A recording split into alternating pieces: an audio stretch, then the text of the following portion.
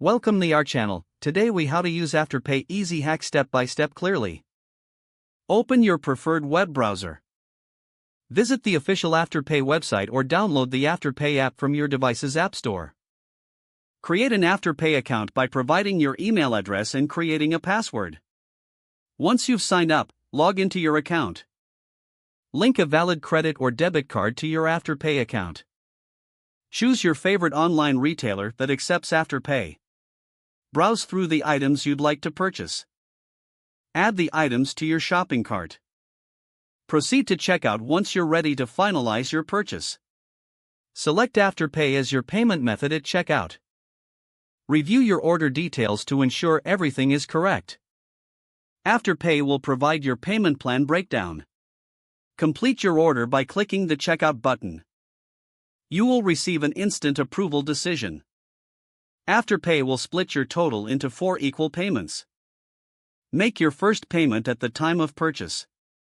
The remaining 3 payments will be automatically deducted every 2 weeks. Monitor your payment schedule in your Afterpay account dashboard. Enjoy your new items while paying over time with Afterpay. If the page does not load, refresh the browser or try again in a private or incognito window. Make sure you are using the correct email address, then retype it carefully to avoid small typos. If your password is not accepted, use the reset option and create a new strong password you can remember. Check your spam folder for verification or security emails, then complete any requested confirmation steps.